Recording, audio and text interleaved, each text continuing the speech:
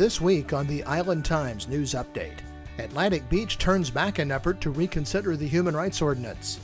Neptune Beach may look at allowing food trucks in the city, and Hurricane Dora returns to the beach, this time as a museum exhibit.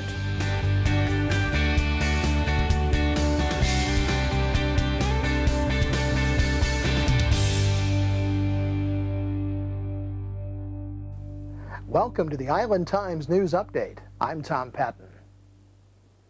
Atlantic Beach will not reconsider its human rights ordinance, though amendments to the law may be offered at some point in the future. The HRO was back on the agenda at the Atlantic Beach Commission's regular meeting Monday. It was placed on the agenda by Commissioner Jonathan Doherty, who said he did so because Commissioner Jimmy Hill was unable to attend the meeting at which the HRO was passed. But I really felt the entire commission, especially since we spent so much time on this, that each commissioner's vote should be counted on this issue. And I think that's only fair. The amount of work we put into it. Hill said that the community has become very divided over the HRO, and he felt that bringing the law back up for further debate would help clarify some of the issues with the ordinance. But beyond that, Hill said there are serious problems with the law as it was passed. We have been shown that what was passed was not what I consider, or many very knowledgeable citizens consider, an ordinance that's going to serve our citizens or our businesses, that there are problems with it.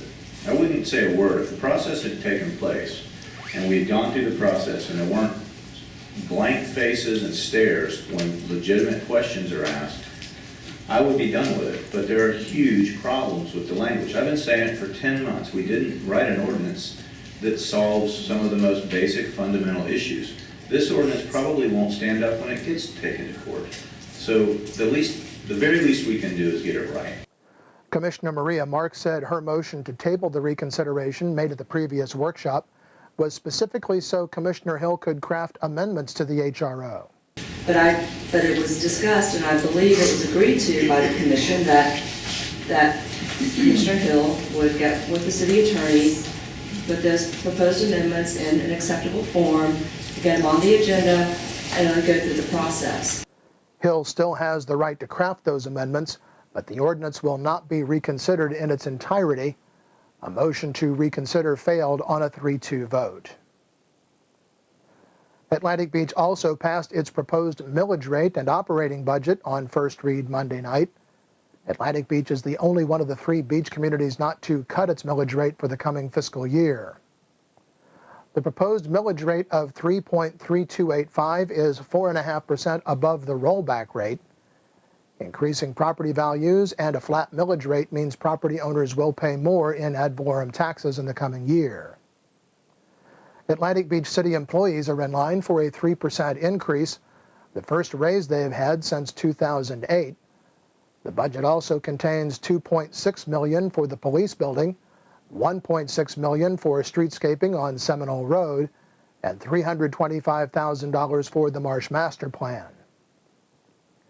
Some residents said during public comments that keeping a flat millage rate was the same as increasing taxes because of rising property values. But the only commissioner to agree with that position was Jonathan Doherty, who argued in favor of cutting the millage rate for the city. The houses on this side of Mayport Road probably increase a little bit more than the values of houses on my side. But, it is a tax increase, and I think we have plenty of money in our city coffers. We have more than we even really know what to do with.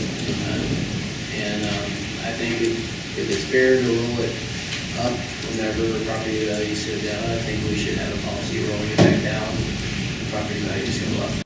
Mayor Carolyn Woods said that while virtually no one has told her they want to pay more taxes, they are in favor of the things that the taxes provide.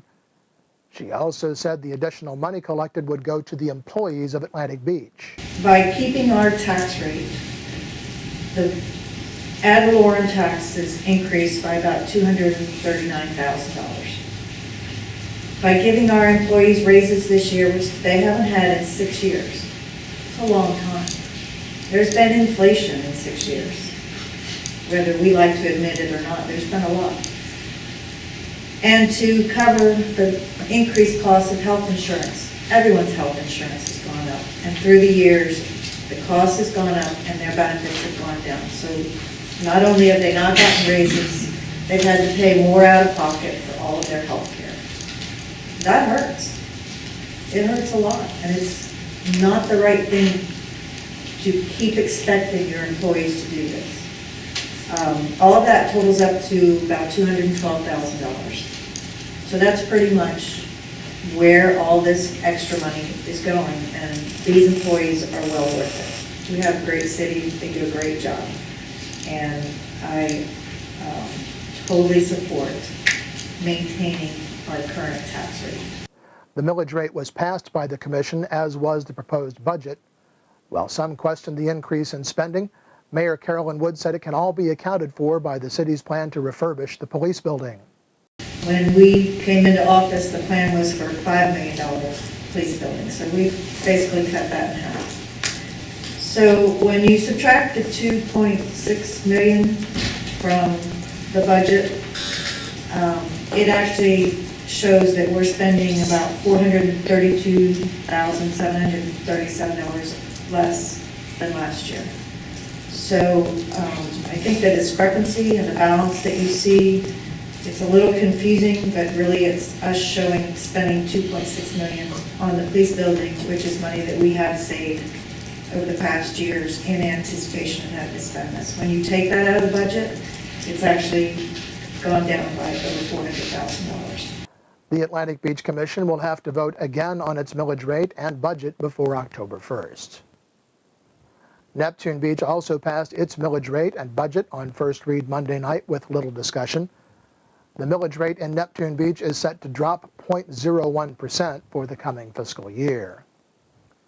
In Jacksonville Beach, the budget and millage rate were finalized Monday night on a unanimous vote. Well, food trucks may be on the agenda for the Neptune Beach workshop set for Monday night after the city denied one of the mobile food vendors permission to set up at the library for a special event. The Happy Grilled Cheese truck was scheduled to make lunch available for people attending the Noon Break speaker series at the library last week. But the day before the event, the vendor pulled out, saying in an email to the event's organizers that he had been contacted by the city to say that he was not allowed to set up at the library. The previous month, Driftwood Barbecue set up at the library for the Noon Break event, and in the email sent to the event organizers by Happy Grilled Cheese owner Anthony Hashem, Driftwood Barbecue had contacted him to say they had been asked to close by a city official.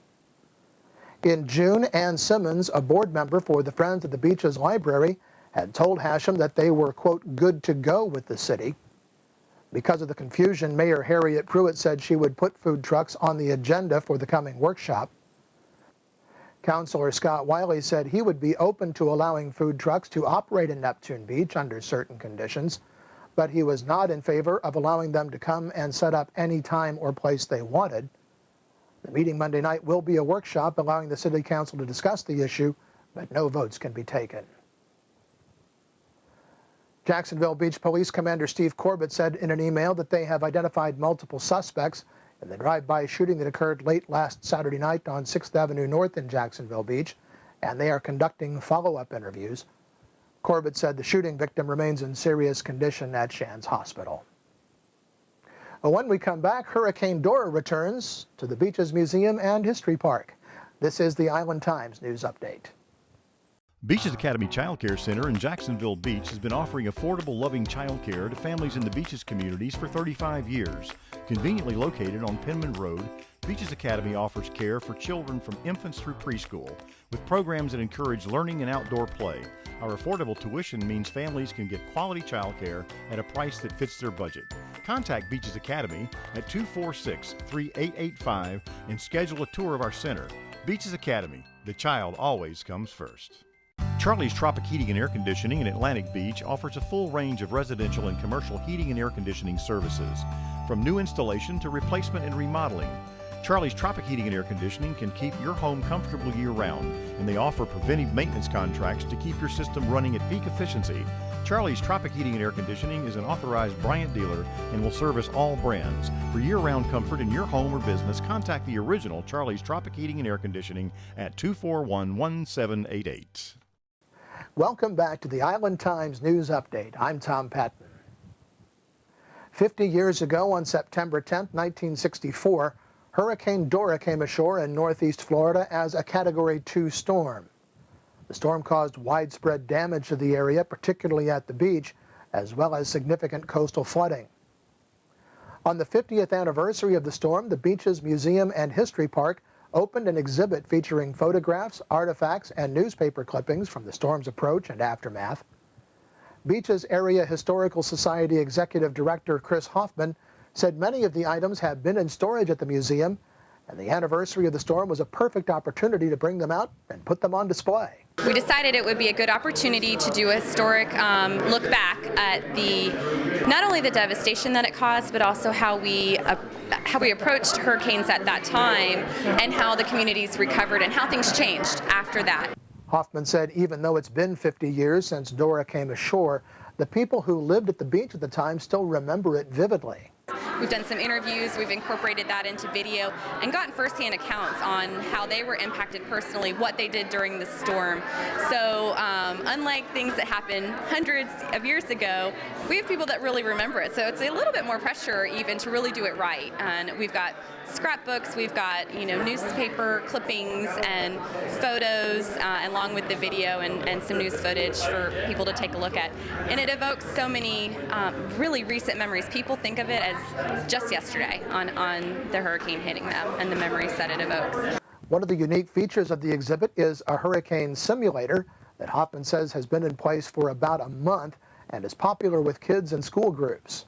You go into it, it's kind of in a phone booth type of thing, you can see into it, and you go through winds of up to 78 miles an hour, and that's a Category 1 force hurricane, so it gives people that feeling of being in a Cat 1 storm. And Hurricane Dora was a Cat 2 when it did finally hit, even people who weren't here for it can kind of experience what that might have been like. One of the people who lived in Jacksonville during the storm was Margie Owens, who was 12 when the storm made landfall. She said just like today, there was a lot of talk about the storm on television and in the papers, but when it finally came ashore, it was a frightening experience. I could hear the wind and all the noise involved with it, and I remember my mom having to get my bed with me because I felt more secure with that.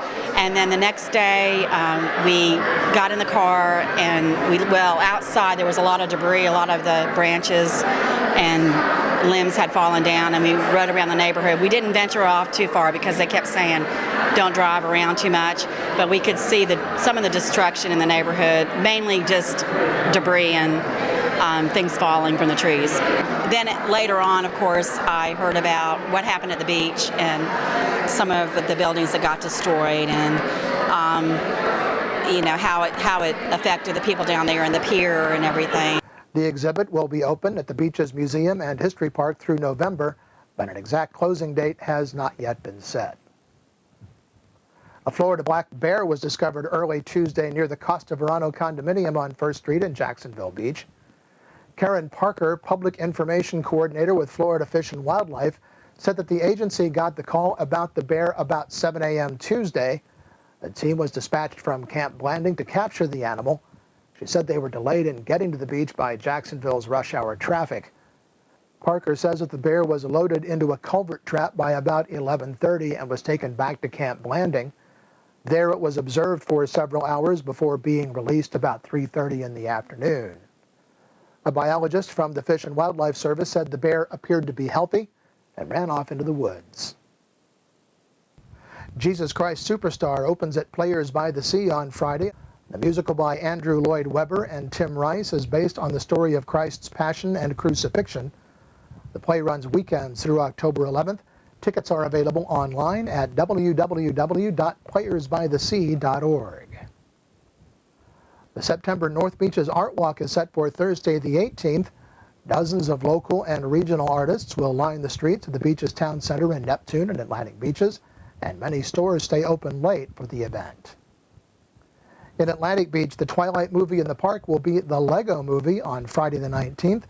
Bring your chairs, blankets, and favorite movie food and non-alcoholic beverages. There will be free popcorn starting at 8 p.m. and the movie begins at dusk. Don't forget the bug spray, The movie is free and open to the public, but children under 15 must be accompanied by an adult. The National Weather Service says we can expect a daily chance of showers through the first part of next week. Look for highs to be in the mid-80s and lows in the 70s. The Island Times is always digital, always free at www.theislandtimes.com. Become a subscriber and get updates on news from the beach's communities delivered right to your email box. And don't forget to like us on Facebook and follow us on Twitter. I'm Tom Patton. Thanks for watching.